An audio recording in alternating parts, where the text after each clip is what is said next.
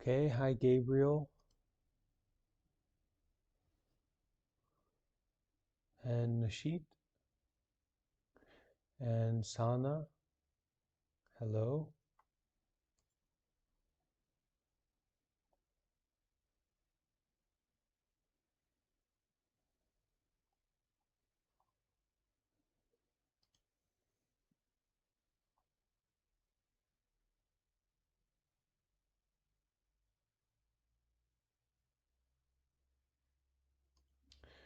All right, hello to Anastasia. How's everything going with you, Anastasia?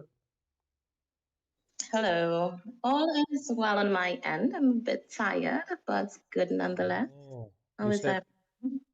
you said well and light? Oh, all is well on my end. Oh, okay. I am a bit tired, Yeah. but still good. I'm How is everyone doing?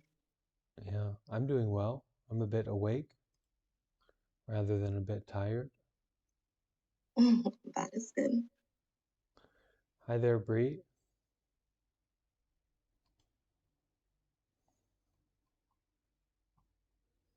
Hello. Hmm. So we'll take just a few more minutes to get settled in and then we will begin.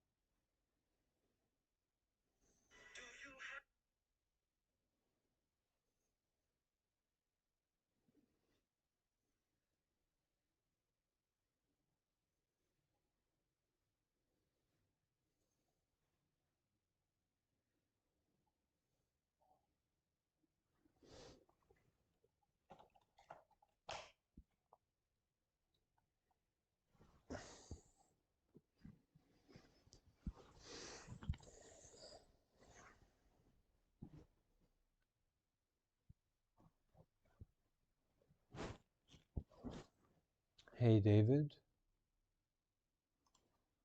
Nice to see you.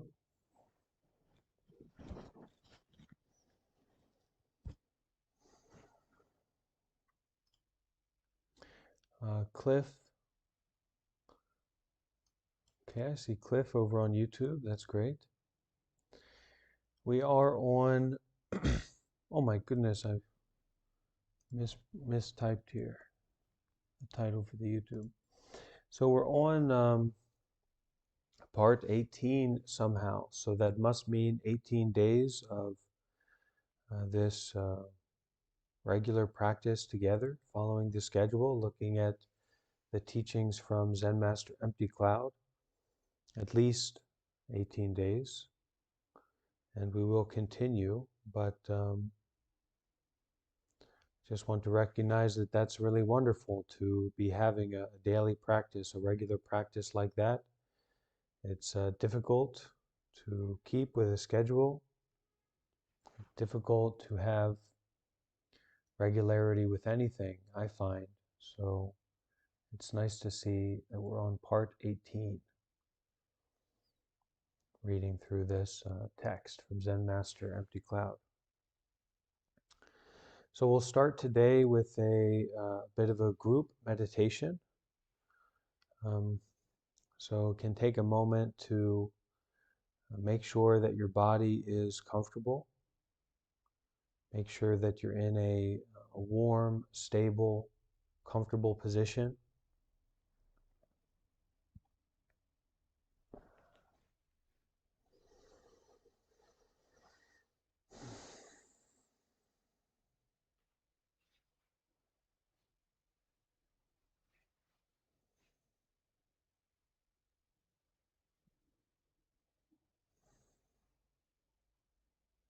Does anyone have a question or something to share before we start? Okay, is my video working through Discord? Is it coming through okay? Yeah, so Anushka, it might be on your end. Anushka, you can always watch through YouTube, and that should be good. If you want to make sure that you can see everyone, and we'll know that you're there in spirit for sure.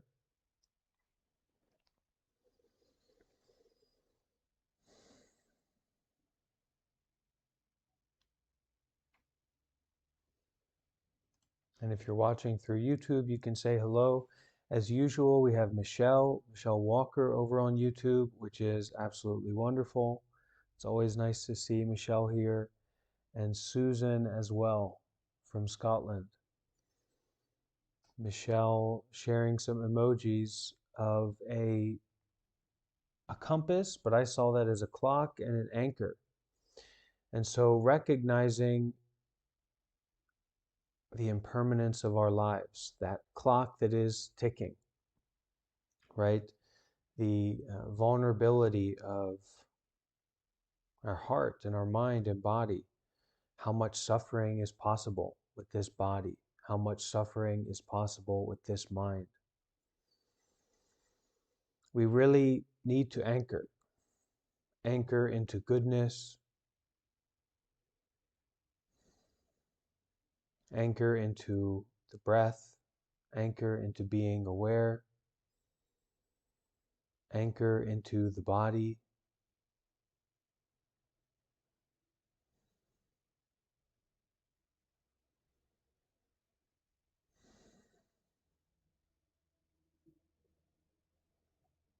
Hey there, Sila.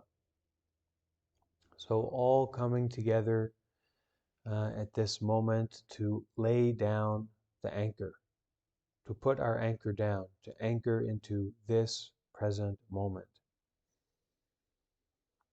The body as it is right now.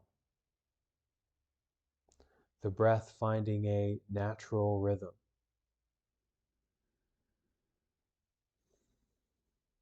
And through the causes and conditions of the Sangha coming together, we've got a Buddhist monk here, that's me. We've got a community of practitioners. We've got a kind of gathering that's happening right now. So the causes and conditions are here to practice,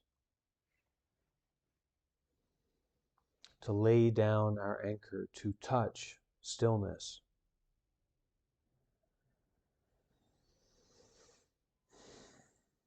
So taking a deep breath and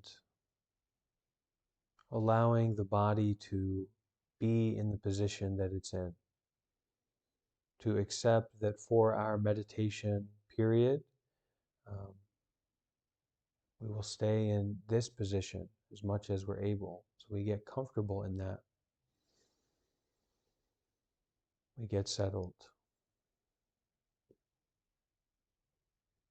We can take a few deep breaths to really bring the mind home to the body.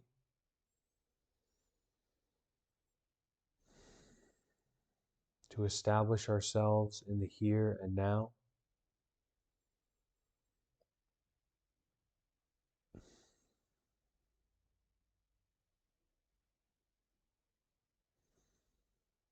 And to enjoy this time of goodness, wholesomeness, simplicity,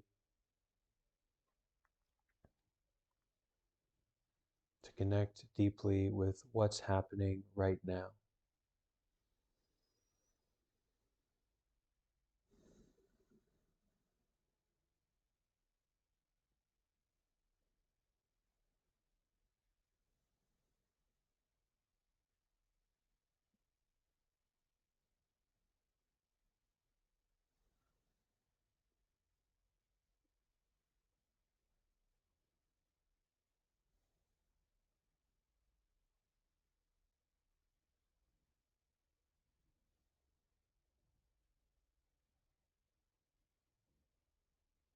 Instead of being in a constant state of activity,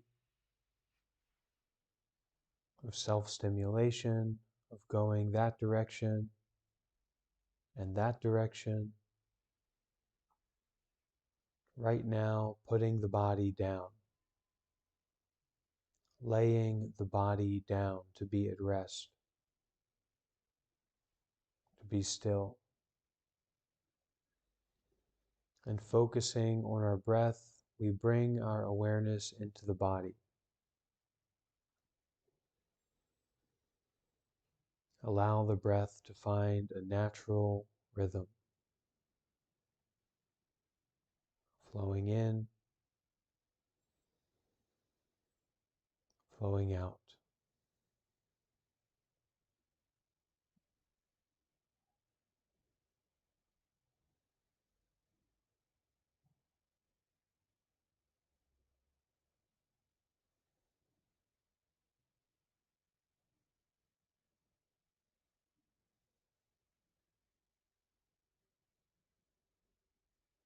Getting comfortable and focusing all our attention on the breath.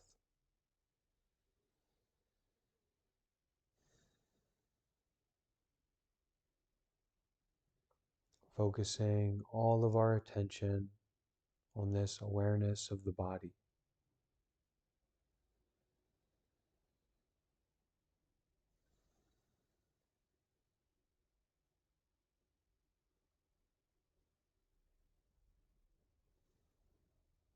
Just breathing and being aware.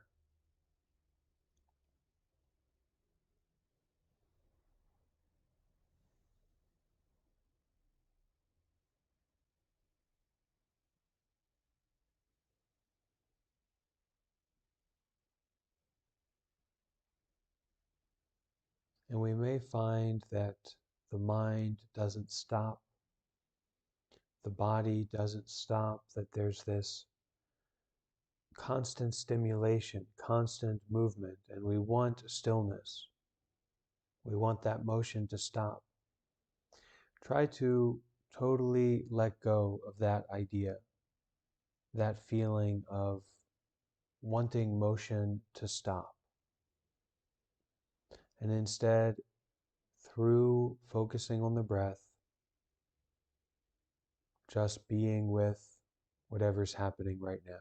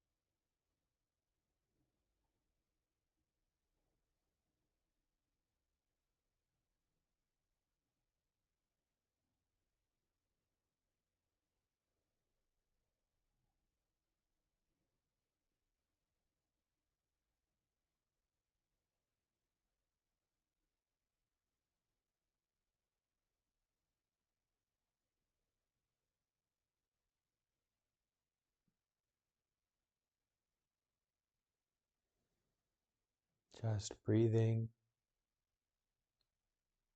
just being aware.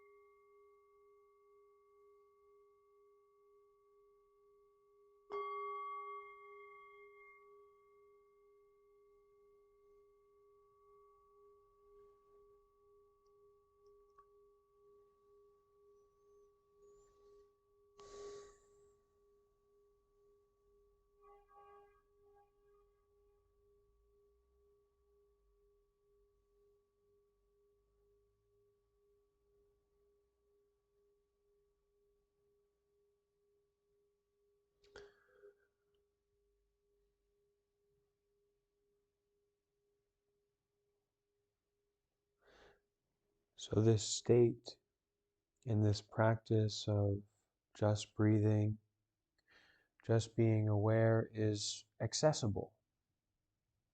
It's not complicated. It's not really an exercise at all. It's more that it's something that you allow to happen and you set up the conditions for it to happen. You stretch or take a bath or a shower, you relax a bit, and then with this intention to practice, you just sit down or lay down or adjust your position on the bus. Whatever the situation is that you're in, just taking a moment to adjust and to take up this practice to allow just breathing, just being aware, to put down, to let go of whatever worry, whatever story, whatever selfish feeling you have at that moment. We can just refresh, restart, settle. We don't need to get involved. We don't need to perpetuate this constant activity, this constant stimulation or reaction. Even at this moment, just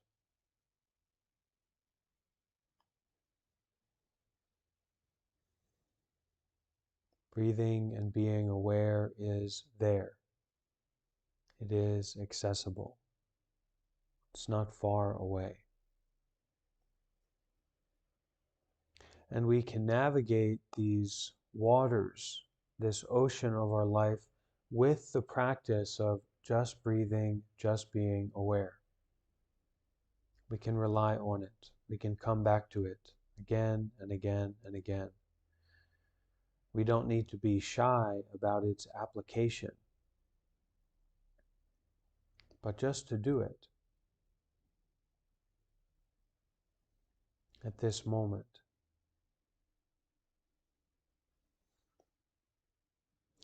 So today we will continue our reading of the teachings of Zen Master Empty Cloud, but we will start off, as we have been doing recently, with a verse from the original Pali Canon, the early Buddhist teachings, the early Buddhist text, from the Samyutta Nikaya.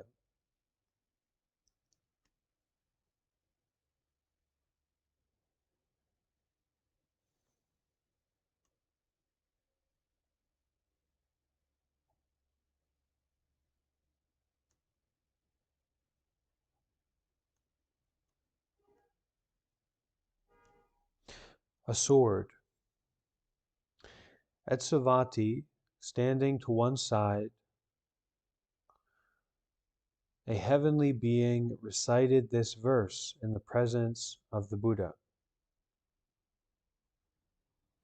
As if smitten by a sword, as if stopped, destroyed by a sword, as if their head were on fire, a practitioner should wander mindfully to abandon sensual lust, this sensual desire, this sensual fixation. This heavenly being said to the Buddha. And the Buddha said, as if smitten by a sword, as if taken down by a sword, as if his head were on fire, as if their head were on fire, a practitioner should wander mindfully, specifically a monk should wander mindfully to abandon identity view. Not to make our view of ourselves stronger, bigger, faster, more colorful, but to abandon the view of having an identity. To abandon the holding on to of me, my, mine. To be independent in this world. To walk through fire. To cut mountains in two. To drink the ocean whole. To cut through all identity view. And that's not just your how I want to be, how I want to live, and being an independent young person and doing what I want, but it's also cutting through the identity view that other people will apply to you. People try to get you to fit in that particular identity, that particular situation. But to cut here is to detach. It's about your state of mind at this moment, not that you have to do this or you have to do that, but your state of mind at this moment to detach, to let go, to abandon, to put down this burden of a self-identity view. No self, no identity, just breathing and being aware. So, we're now on chapter 12 of the Zen teachings of Master Empty Cloud, and this chapter is entitled Mo Shan.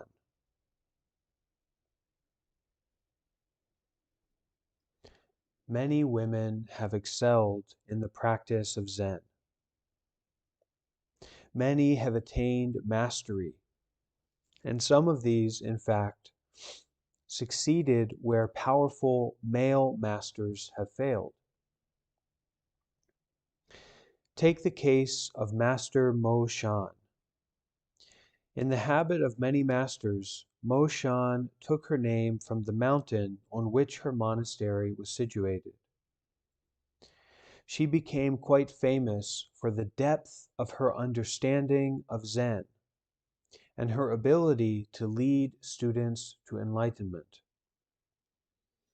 The monk Quanzi, who would later become Zen Master Quanzi, had heard about the success of her methods, and after having spent a few years with none other than Master Linji, years in which he learned much but was not delivered to enlightenment, Quanzi decided to visit Mo Shan to see if her methods could help him. So this monk had stayed with one of the greatest male masters, male Zen masters of all time, Linji.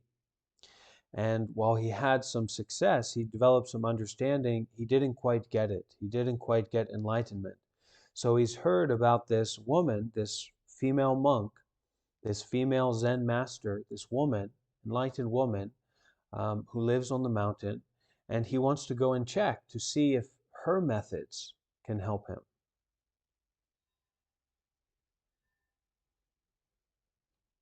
I suppose that Quanzi had fallen victim to the kind of pride that infects many students of great masters. They think that it is better to be an unenlightened disciple of a famous master than it is to be an enlightened disciple of an unknown one. So this monk had some pride. Some feel the same way about gender. They suppose that an unenlightened male student is superior to an enlightened female master. You could call this Zen machismo. And, as a man, this might be a bit silly, but for a woman, it could be, touches quite close to home. I can imagine. At any rate, student monk Quanzi showed up at Mo Shan's monastery with a chip on his shoulder. He was cavalier and condescending, and very mindful that he was a superior male Zen practitioner. He didn't rear up and beat his chest and bellow in the manner of male apes, but he came close to it. Quanzi entered the hall just as Mo Shan was taking her customary high seat of authority. So, as a monk in the temple, you usually have a high seat, especially if you are if it's your temple, if you're the teacher of the temple, then you have this high seat, almost like a throne that you teach from. So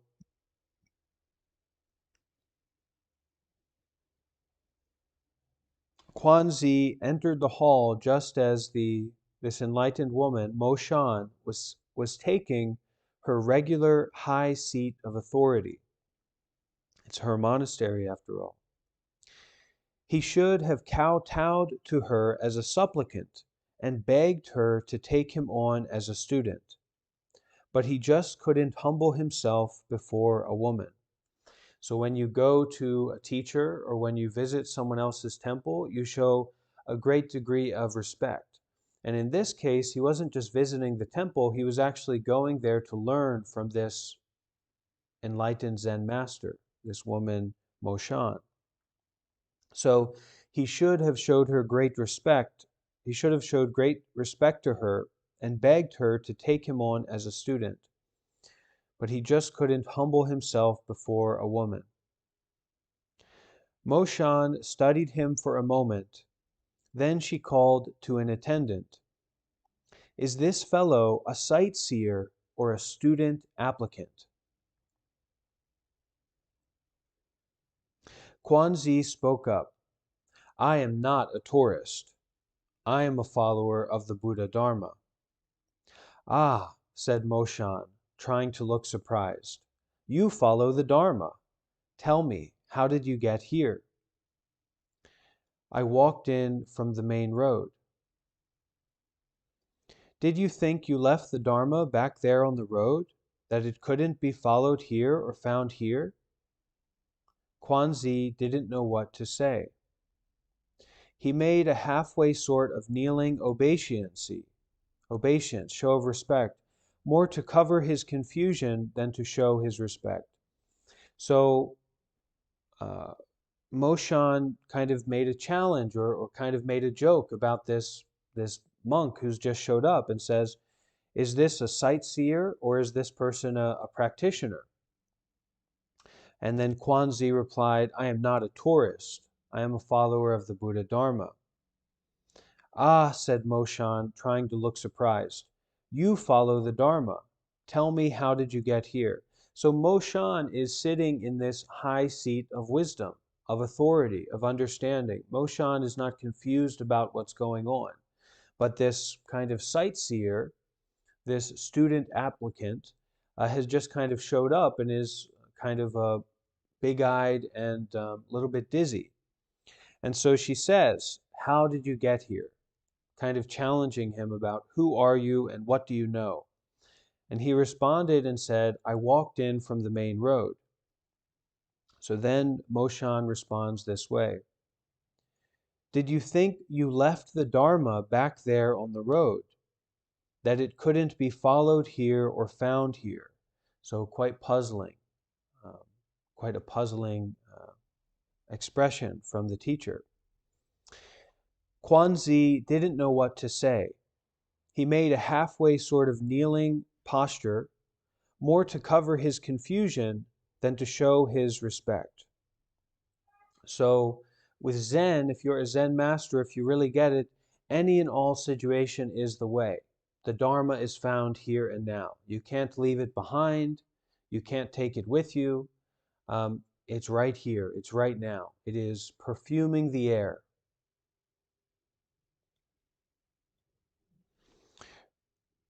But Kwanzi didn't know what to say. Mo Shan was hardly satisfied by this compromised arrogance. The Dharmakaya doesn't have boundaries that you can draw to suit your conceits, she says. As the Dharmakaya is everywhere, so also are the rules, the law, the Buddha Dharma. You shall conform your demeanor to accepted standards. You shall meet this condition. So Mo Shan here is really speaking out to humble this foolish young monk, to really humble this person. And the Dharmakaya is we can say, the nature of all reality, the true Buddha nature, the true wisdom nature of all reality. So the Dharmakaya, the true nature of all reality, the true transcendent wisdom, does not have boundaries that you can draw to suit your conceits, your arrogance, your judgments about being a man and I being a woman. As the Dharmakaya is everywhere, as the pure illuminating truth is everywhere, so also are the rules, the law, the Buddha Dharma. You shall conform your demeanor to accepted standards. You shall meet this condition. So this is the condition of a student monk coming and going to another temple to meet a master, to pay respect. Grudgingly, Kwanzi kowtowed to Moshan, start to show a little bit respect, but with this this resistance. But when he rose, he couldn't resist asking, what is the condition of the head of Moshan? He was sparring with her verbally. What he wanted to know was whether or not she was enlightened. Moshan smiled at his impertinence. What is impertinence? Not showing proper respect. So Moshan is still kind of laughing at the lack of respect that this monk is showing because he's ignorant, because he doesn't understand, he doesn't have a deep wisdom. So Moshan smiled at his arrogance. Which of the Buddha's disciples could see his usnisa, the sacred bulge at the top of his head? She meant, of course, that it takes one to know one. And if Kwanzi could not see that she was enlightened, it was because he himself was not. Takes one to know one. Real knows real. Where can I find the man who's in charge of Moshan? He retorted condescendingly, with the double meaning woman and mountain monastery. So where can I find the man who's in charge of this woman, and where can I find the man who's in charge of this monastery? He said. The one in charge of Moshan is neither man nor woman, she replied, giving him a little more rope. The person in charge ought to be powerful enough to complete the transformation, he challenged, his machismo again getting the better of his brain. Moshan looked intently at Kwanzi. Slowly and gently she said, the one in charge of Moshan is neither a ghost, nor a demon, nor a person. Into what should that one transform?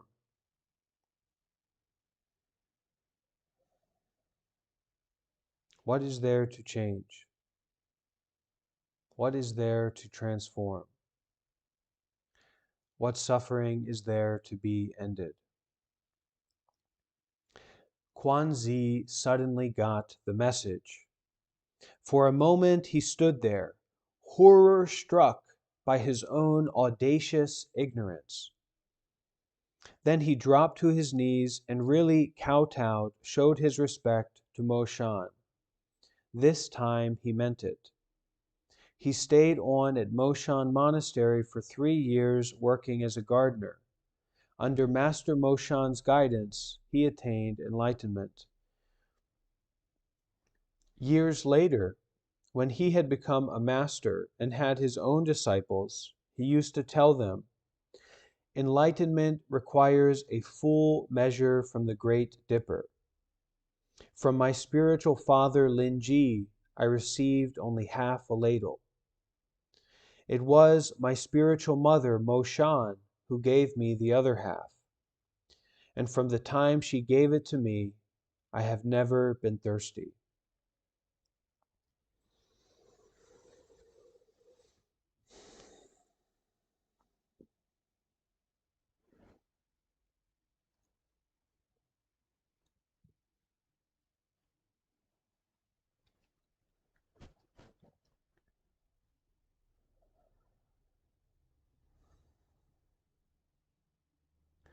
So there's no place for machismo or arrogance in our path of awakening.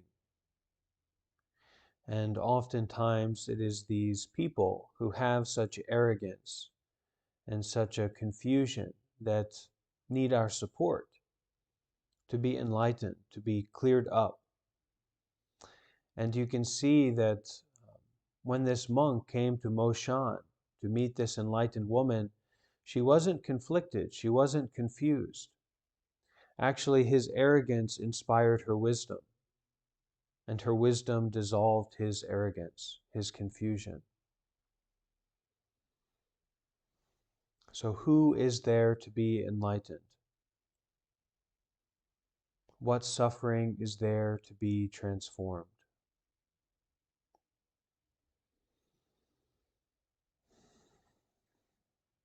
So, everyone, make sure that you're comfortable, that you're in your meditation position. And upon ringing the bell, we are all invited to sit with, to be with the great teachings of the enlightened woman, Moshan.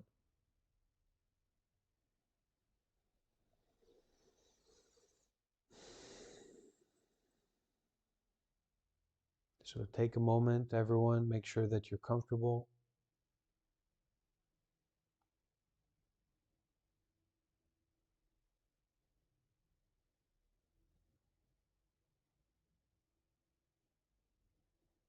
And as we hear the sound of the bell, we are invited to open the heart and deepen the mind, just breathing and being aware.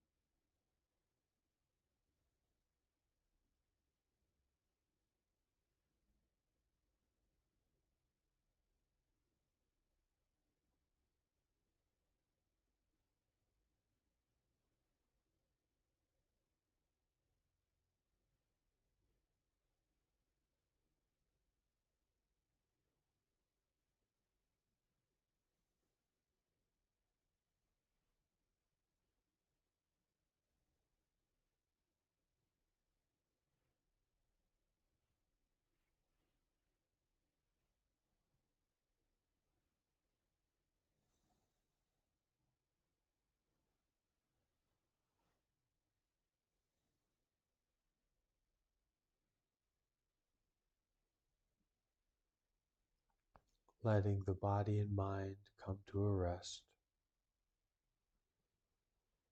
just breathing and being aware.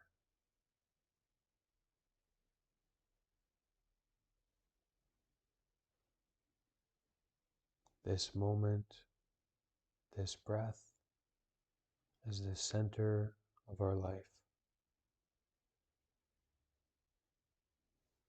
Being here fully,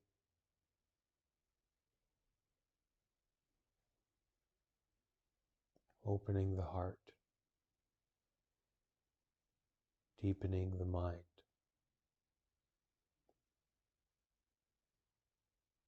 just breathing and being aware.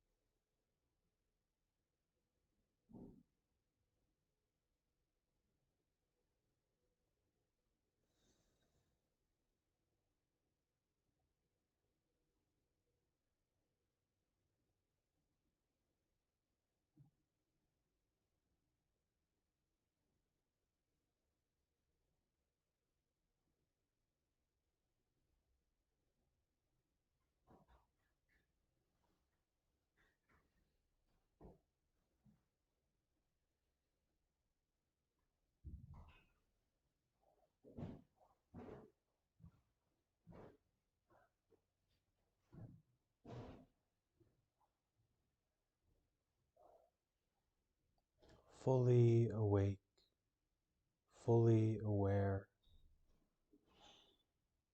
doing the practice of meditation, but also knowing that this is what we're doing, knowing that this is what is happening right now.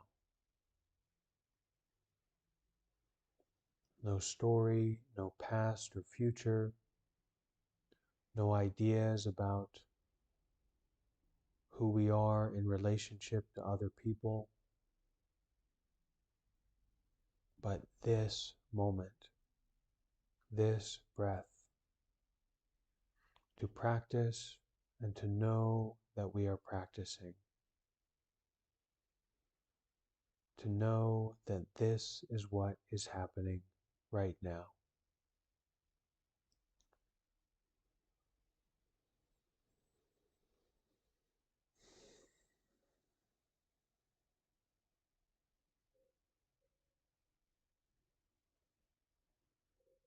Don't be shy about feeling every inch of your body,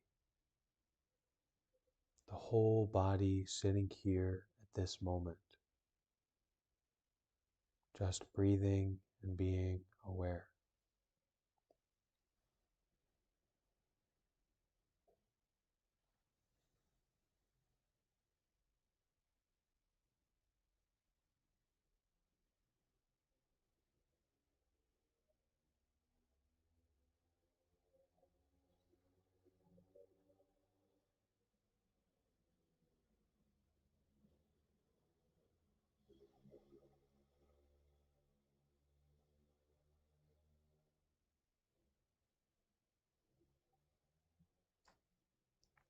This realization, this touching of life as it is right now.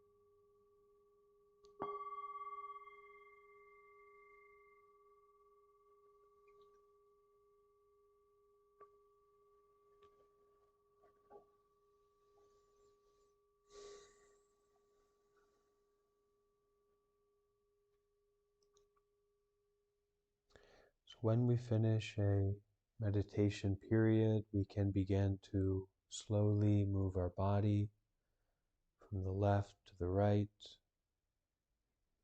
the front to the back. We can roll our shoulders,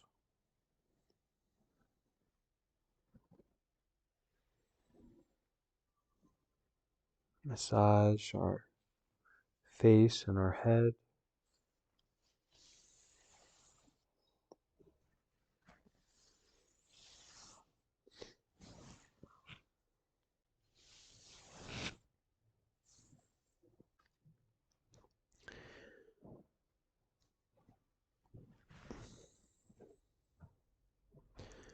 Just to start moving the body slowly and practicing a self-massage, your knees, your legs, ankles.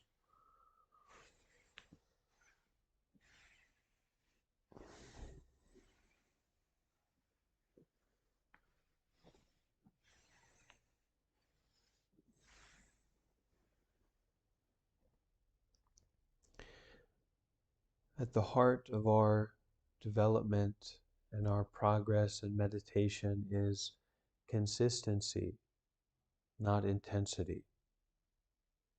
Don't worry about having this big, hardcore meditation experience. Doesn't matter. Just make the practice a part of your life, something you can rely on. Make it a refuge, something that is safe, comfortable, rewarding, enriching. So we have gotten into the habit, a good habit, of taking the 5 precepts at the end of our morning or early afternoon sessions, depending on where you are in the world. So we will do that again today. The 5 precepts are a Buddhist ethical framework for living skillfully. And when we take these 5 precepts, we prioritize, emphasize skillful living in our life, in how we interact with ourselves and how we interact with others.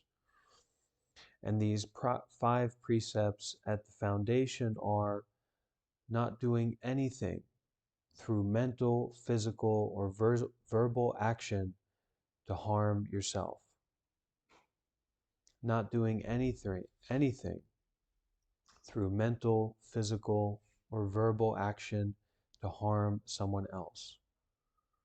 Okay?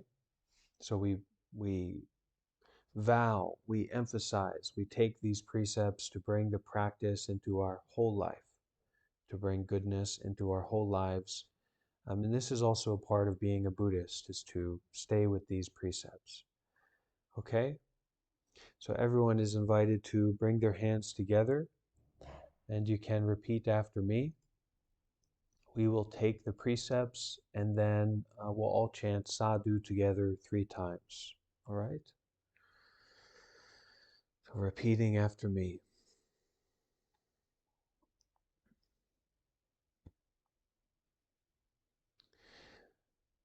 I observe the precept to refrain from killing any living beings.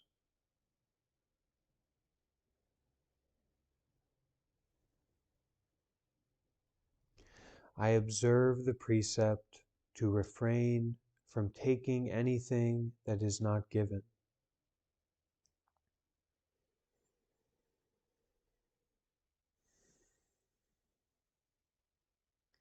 I observe the precept to be careful about sexual activities.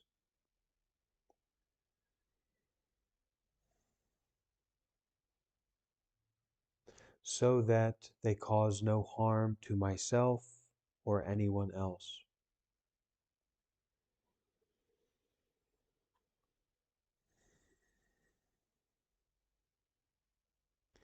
I observe the precept to refrain from lying or harsh speech.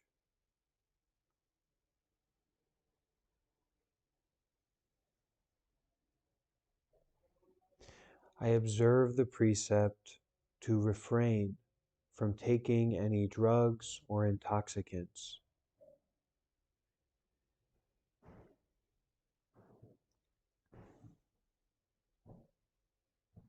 I make the promise to myself and the community to practice these 5 precepts.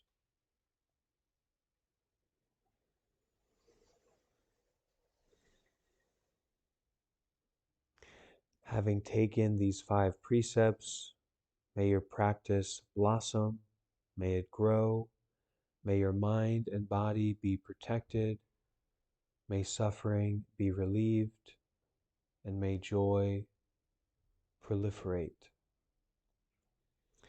We can now say sadhu together 3 times, and we will end our session with that.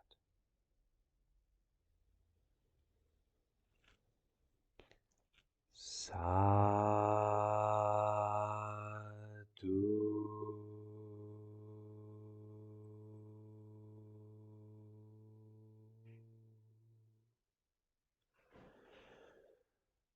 Sadhu.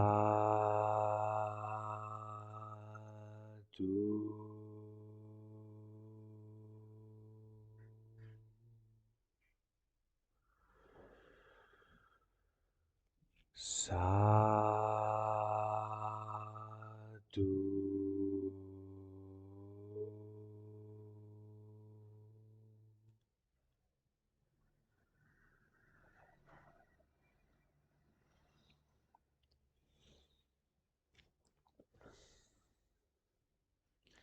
Thank you all for your practice. Be good, be happy, be peaceful, and I hope to see you all again soon. All right? Take care.